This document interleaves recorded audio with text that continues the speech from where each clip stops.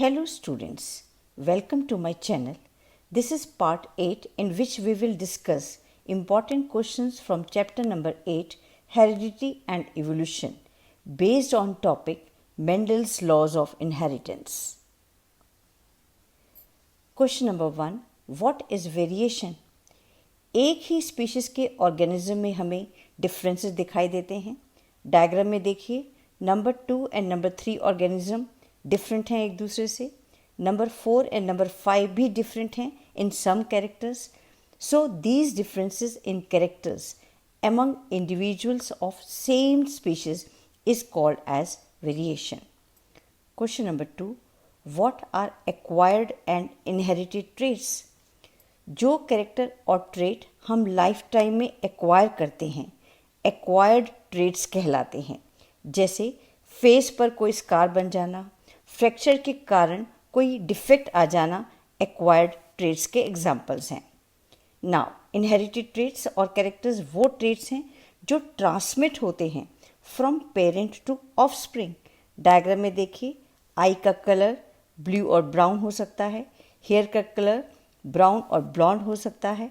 Year lobes देखिए, ये attach भी हो सकते हैं और अलग यानी डिटैच भी हो सकते हैं. सो ये सभी कैरेक्टर ट्रांसफ़र होते हैं from generation to generation and they are called as inherited traits, और you can say they transmit from parents to offsprings. Question 3. Why is variation beneficial to a species? Variation से species को क्या benefits हैं? Number 1. They enable the organisms to adapt themselves in the changing environment. In variations के कारण organisms अपने आप को adapt कर सकता है to changing environment. Number 2. Variations form the basis of heredity. Variations basis हैं हेरिडिटी का. Number 3, they form the raw material for evolution and development of new species. नई स्पीशीज के बनने के लिए वेरिएशंस बहुत ज़रूरी हैं. एक तरीके से वेरिएशंस इवोल्यूशन के लिए रॉ मटेरियल का काम करती हैं. वेरिएशंस होती हैं तो इवोल्यूशन होता है. Question number 4, How many chromosomes are present in human cell? Human cell में total chromosomes का नंबर होता है 46 या 23 pairs. डायग्राम में 23 pairs क्रोमोसोम के देख सकते हैं. इसमें 22 pairs और 44 क्रोमोसोम्स ऑटोसोम्स कहलाते हैं. एंड 1 पेयर सेक्स क्रोमोसोम होता है. फीमेल में यह XX है एंड मेल में it is X and Y. Question number 5. Where is the information for a trait located? किसी भी कैरेक्टर के लिए इंफॉर्मेशन लोकेटेड होती है ऑन क्रोमोसोम्स. डायग्राम देखिए, सेल में न्यूक्लियस है एंड न्यूक्लियस में क्रोमोसोम्स प्रेजेंट होते हैं जो केमिकली डीएनए के बने होते हैं. DNA is deoxy ribose nucleic acid. सभी कैरेक्टर की इंफॉर्मेशन क्रोमोसोम पर लोकेटेड होती है. Question number 6, how is the equal genetic contribution of male and female parents ensured in the progeny? दोनों पेरेंट्स से प्रोजेनी में इक्वल अमाउंट जेनेटिक इंफॉर्मेशन का पहुंचता है. कैसे? This is because of sexual reproduction. Diagram देखिए, parents are having 46 chromosomes means they are diploid. लेकिन जब गेमिट्स बनते हैं, female gamete and male gamete, they get half number of chromosomes. Female gamete में 23 क्रोमोसोम्स होते हैं and also male gamete has 23 chromosomes means ये haploid होते हैं. But during sexual reproduction both gametes fuse हो जाते हैं और जाइगोट बनता है which again has 46 chromosome, 23 from mother and 23 from father. In this way equal contribution from both parents is ensured in progeny. Question 7. What is heredity? Characters या traits का transmit होना from parents to offspring heredity कहलाता है. So transmission of traits from parents to offspring is called heredity.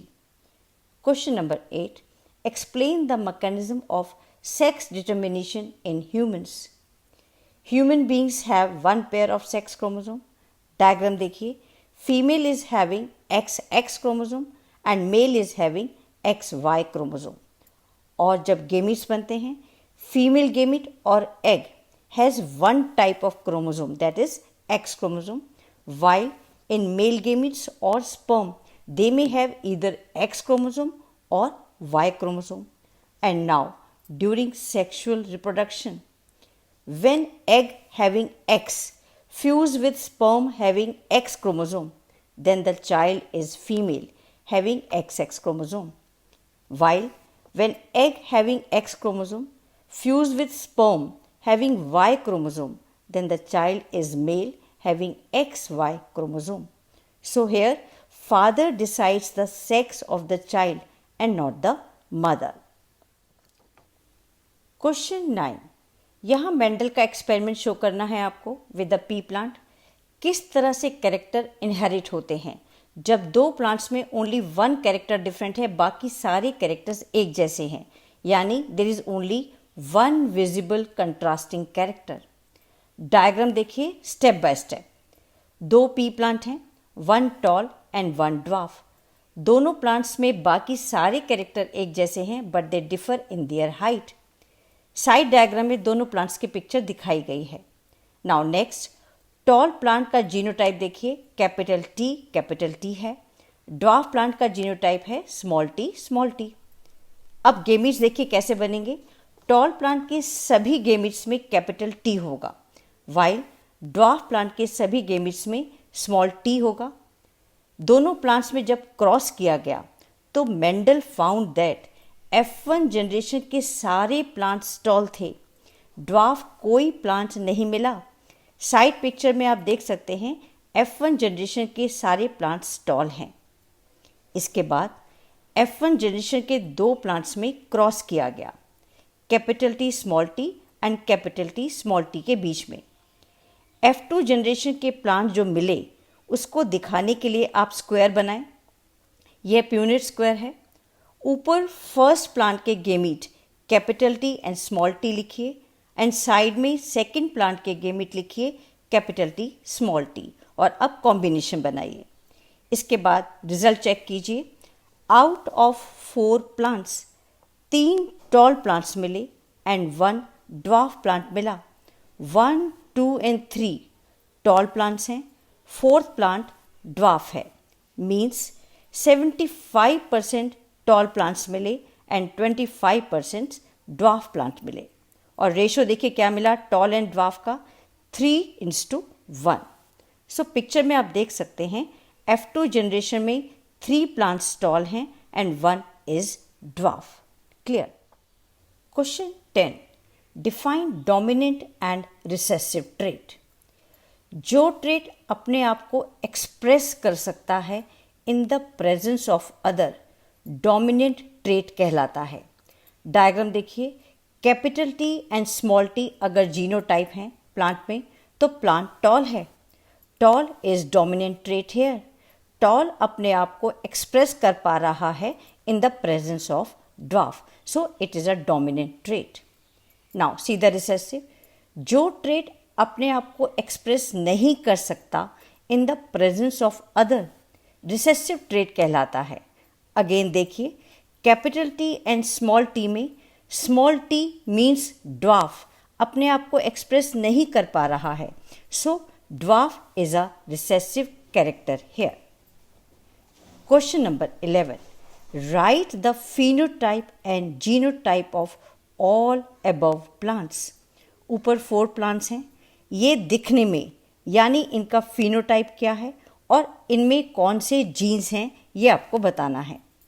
First plant phenotype है toll और jeans हैं capital T. Second and third plant दोनों दिखने में टॉल हैं, मीन्स इनका phenotype टॉल है और जीनोटाइप देखिए capital T and small T है. फोर्थ प्लांट फिनोटिपिकली ड्वार्फ है, दिखने में छोटा है, ड्वार्फ है, बट उनके जीन्स देखिए कौन से हैं, small T and small T. Clear. Question 12, blue coloured flower plant capital B को क्रॉस किया गया है वाइट कलर्ड फ्लावर प्लांट से जिसका जीनोटाइप है small B. Part A of the question देखिए क्या करना है, F1 जनरेशन में किस टाइप के फ्लावर होंगे प्लांट में ये आपको बताना है। फॉर दिस डायग्राम बनाइए जैसे दिखाया गया है। Blue flower plant with genotype लिखिए capital B. White flower plant with genotype लिखिए small B and then type of gametes लिखिए। Blue flower plant will make capital B type of gamete and white flower plant will make small b type of gametes. Now make the cross and write F1 generation plant.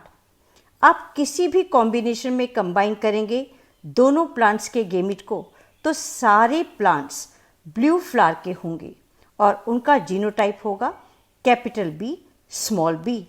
तो F1 generation के सारे plants blue flower के होंगे। Now B part of the question, F2 generation में white flower plant का क्या percentage होगा, and C part of the question capital B and capital B small b वाले प्लांट्स का कितना रेशियो होगा। इसके लिए आप F2 जनरेशन के प्लांट लिखिए जो F1 जनरेशन के प्लांट्स को क्रॉस करके बनाए गए हैं। प्यूनिट स्क्वायर बनाइए जैसे दिखाया गया है एंड देखिए क्वेश्चन बी का answer. Percentage of white flower is out of 4 only 1 is white flower, so percentage is 25%। Question C का आंसर देखिए। Ratio of capital B and capital B small b is 1:2। 1 plant capital B का है and 2 plants capital B small b के हैं। Clear. Question 13, state law of dominance. This law is given by Mendel. It states that one factor in a pair may express itself and prevent expression of the other. Diagram देखिए, capital A and small a में capital A यानी red colour अपने आप को express कर रहा है and small a जो येलो कलर के लिए है उसको एक्सप्रेस नहीं होने दे रहा। The factor which express is dominant and the factor which can not express or unexpressed factor is recessive. This is law of dominance. Question number 14, state law of segregation. जब gametes बनते हैं तो दोनों factors एक character के अलग अलग gametes में चले जाते हैं। So during the formation of gametes, the two factors of a trait separated so that each gamete receive only one factor for each trait. आप डायग्राम में देख सकते हैं capital T and small t दोनों फैक्टर्स अलग अलग gamete में present हैं।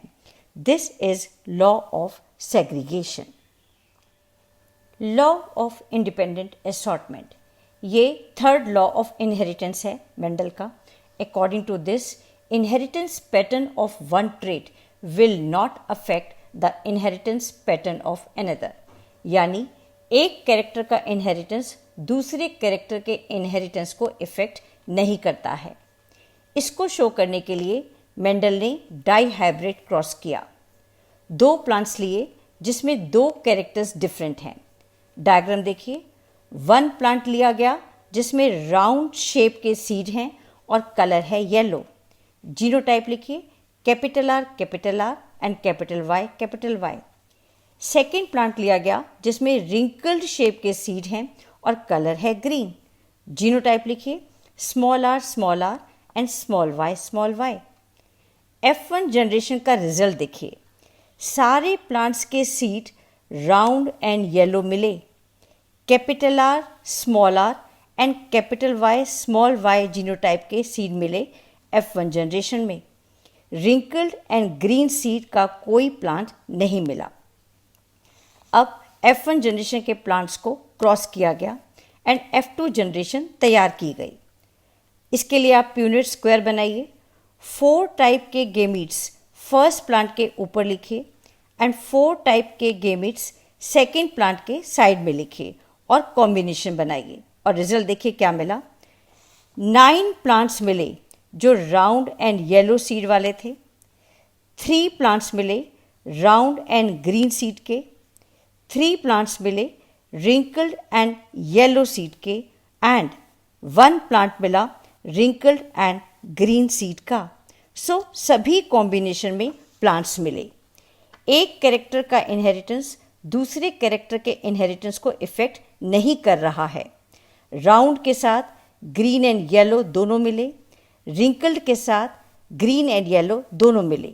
So this is law of independent assortment और रेशो है डाई हाइब्रिड क्रॉस का 9:3:3:1। So that's all for today. Thank you very much for staying with me. Subscribe the channel to get the information about my new video. Thank you so much.